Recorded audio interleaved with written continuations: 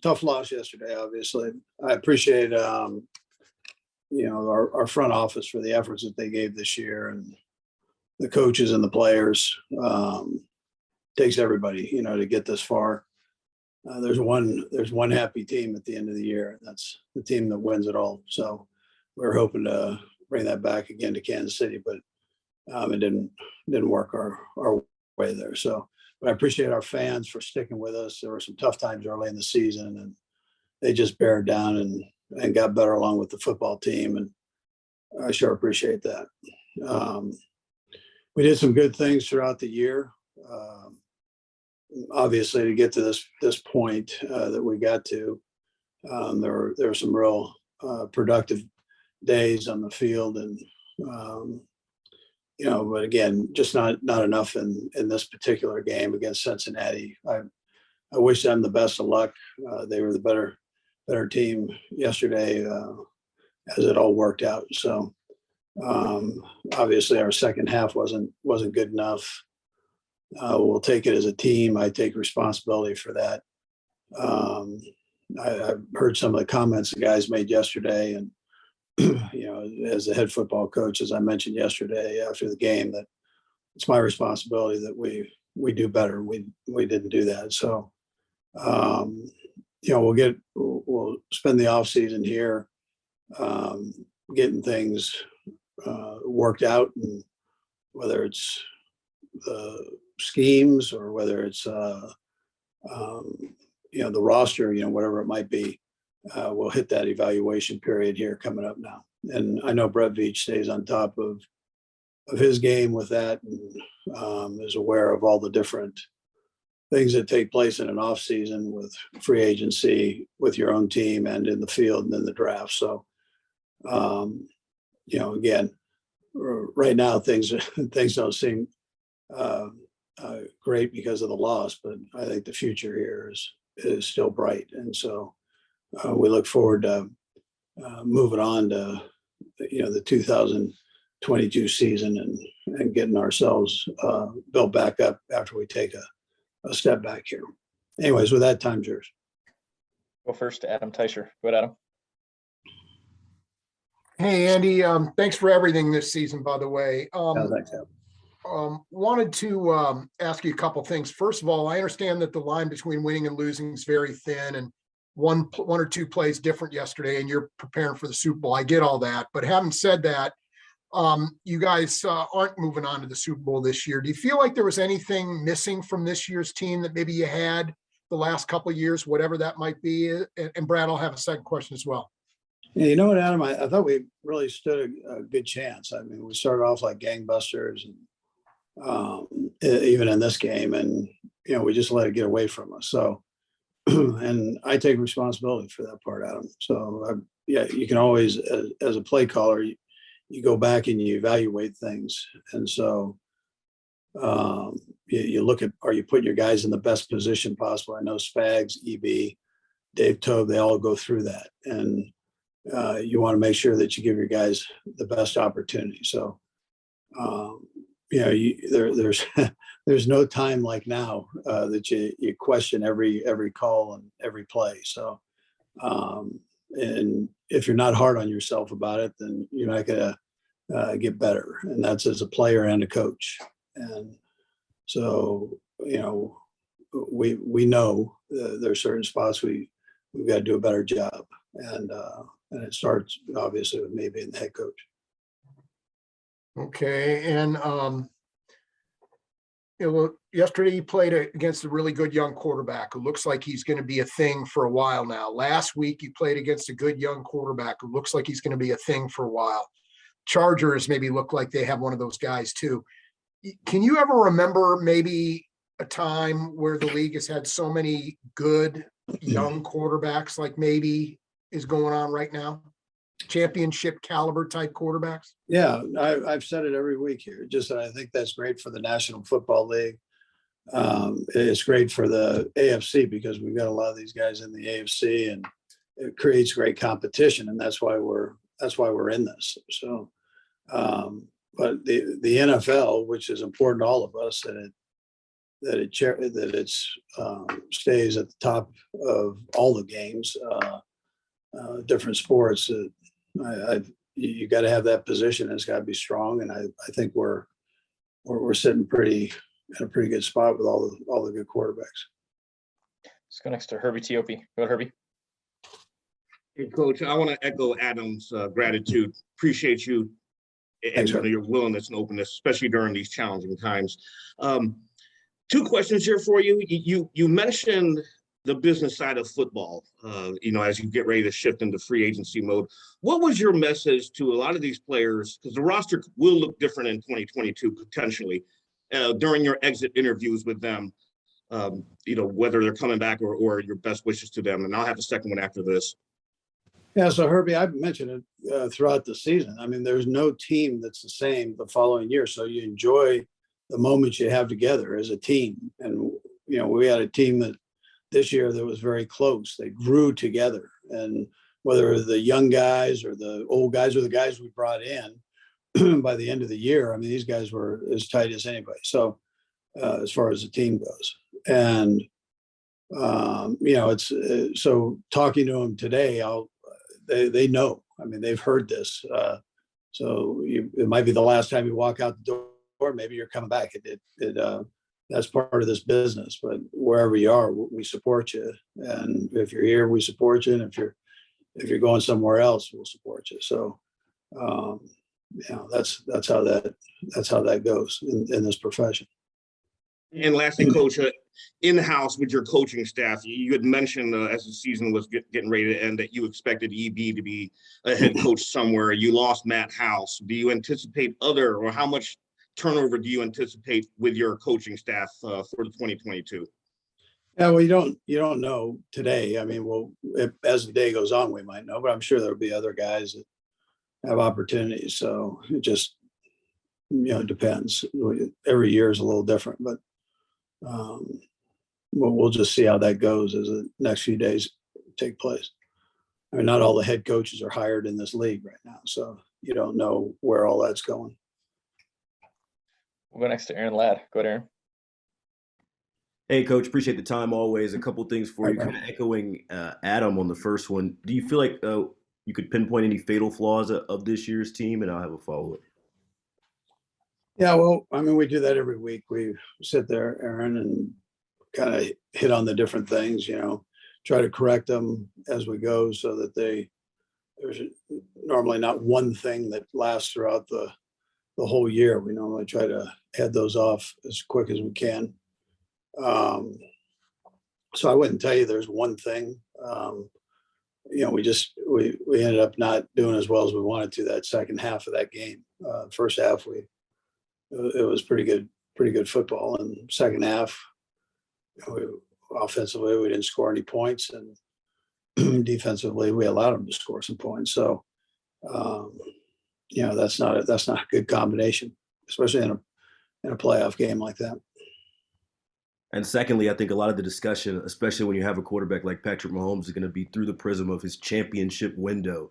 I'm curious, is that something that we're just kind of creating, or do you kind of feel that pressure when you have 15 to take advantage of these opportunities when you're in the AFC title games? Yeah. So, you surely want to take advantage of them. I'm not telling you you don't. But things happen and life presents you different problems. So you got to persevere and then do a little bit more the next year. So get yourself even better the next year. So whether it's myself, my assistant coaches, whether it's the players, you learn from these experiences and you move forward. Next to Pete Sweeney. Go ahead, Pete. Hey, Coach. Kind of building off of Aaron's question there. I know that well the league is so much about quarterback development. In what tangible ways maybe you see Patrick take steps forward from last year and into this year as you went along?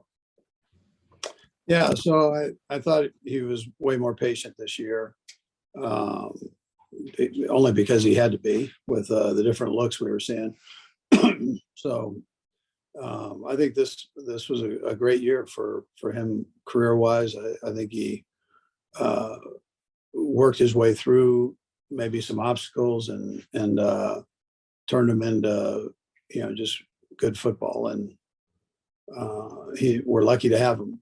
And so everybody gets in a critical state when you go through a game like this, which is understandable. Then you back up a little bit and you realize that,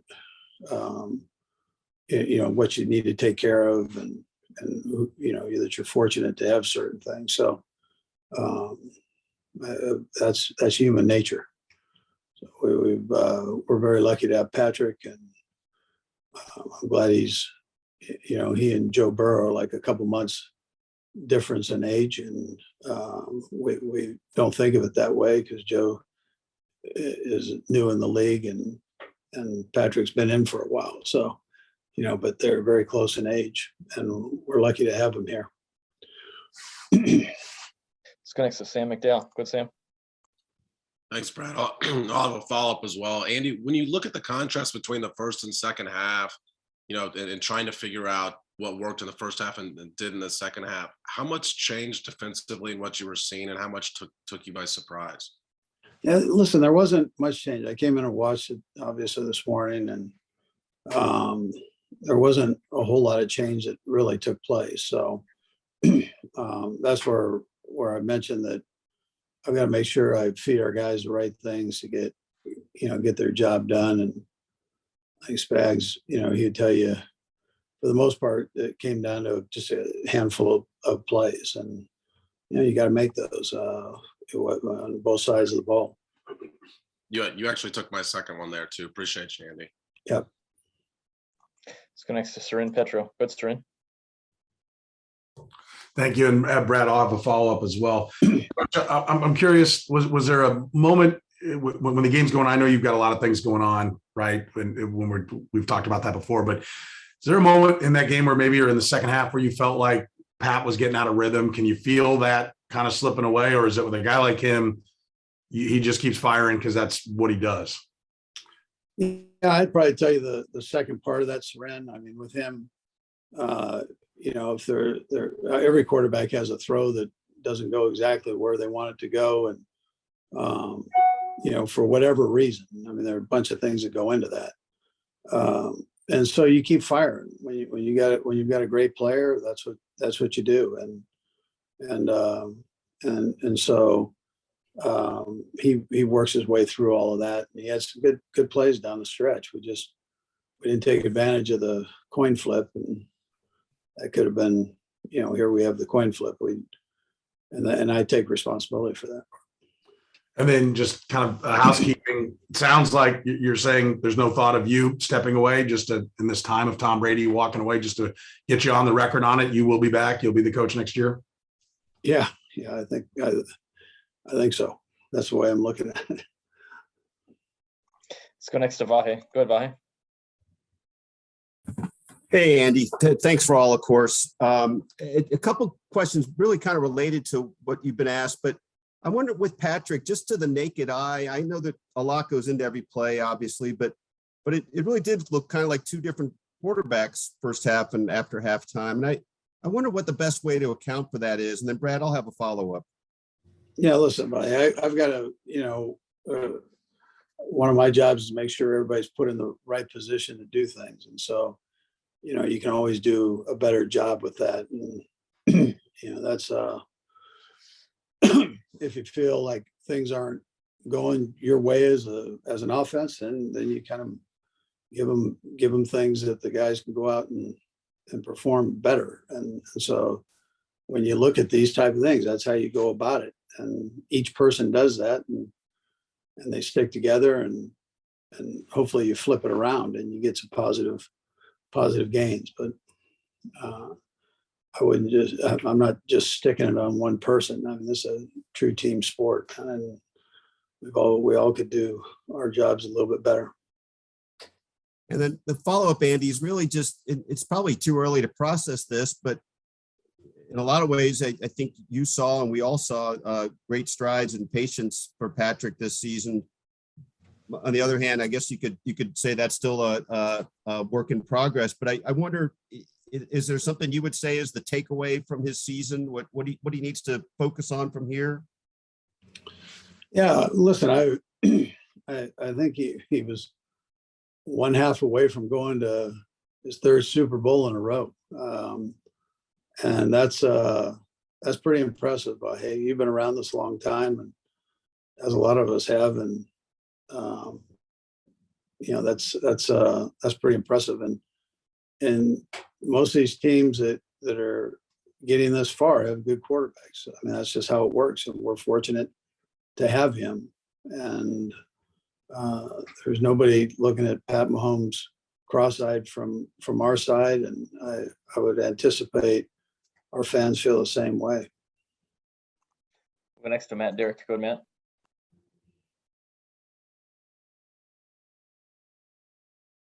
Matt, you're still muted there. There you go. There we go. Echoing with some of the earlier thoughts, Coach, thanks for your time and patience as always throughout the season. Thanks. What is your kind of plan, for the immediate future? I know obviously you've got starting to work on the draft and the combine, and you've got free agency, but how will you kind of, take your time over the next few weeks and get going and everything? Yeah. So, we've got our scheme evals coming up, our free agency and draft for preparation coming up. We kind of break the days up into half, but before we get too far into that, we'll take some time off. I'll take some time off. Decompress here just a little bit. It's been, it's a long season and all that goes with it.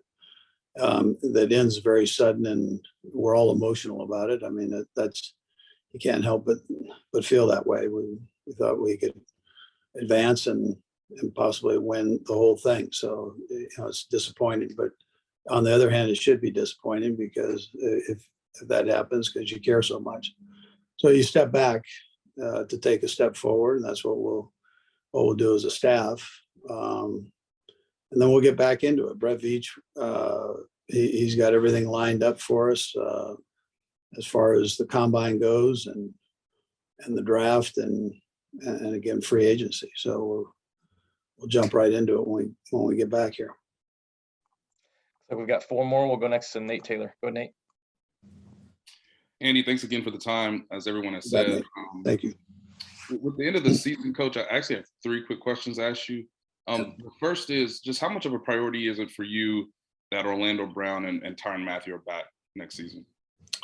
I think you step back here. I mean, we love those guys. So but you step back and you got to look at the big picture of things and how that goes. But, it's not, I'm not saying that. I just haven't got to that point. I mean, we're fresh out of this, and that's really not, that's Brett doing his deal too. So, but I haven't sat down with him and gone over anything. I mean, we just got done with this thing. So. No, I appreciate that, Coach. You had mentioned EB earlier. If for whatever reason it doesn't work out, unfortunately, and he doesn't become a head coach, are you assured that Mike Kafka, that most of your coaching staff will remain intact as well? Yeah, I don't know that. I mean, I don't know. I haven't sat down and talked to those guys yet, and so I will. I'll get to that. Right now, we're just the way this day goes. We've got all the exit physicals. We've got meetings with each player individually, coaches, assistant coaches, and head coach, and then I've got a team meeting with the players coming up here. So we've got a lot going on up to this point. So it's a busy day today. Next to Todd Palmer. Go ahead, Todd. And Brett, I'll have a follow-up if that's all right. One, Andy, are there things that crop up during the season that are difficult to address in season just because of the nature of, playing a game every week? And does that help you zero in on things that you want to prioritize this offseason? Well, you also have the bye week in there. So, we sit back, we kind of do the same thing during the bye week where you go ahead and look at, you have a little bit more time to look at all the detailed things, although we do a pretty good job week in and week out with that. But yeah, sure. I mean, time can help clear some things up for you as you come out of the season. So we're going to look at everything. We turn everything over and look at it. So we don't hide much.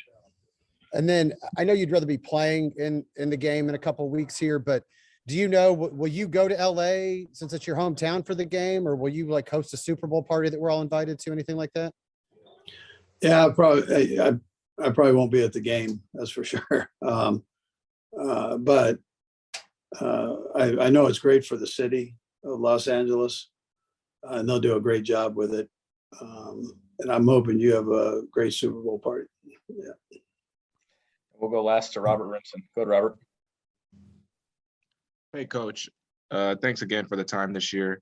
But you've talked all year about parity in the league. The two number one seeds got knocked out of the playoffs this year. The Super Bowl champions knocked out. Obviously, you guys knocked out. Is this the most unpredictable season you've ever been a part of?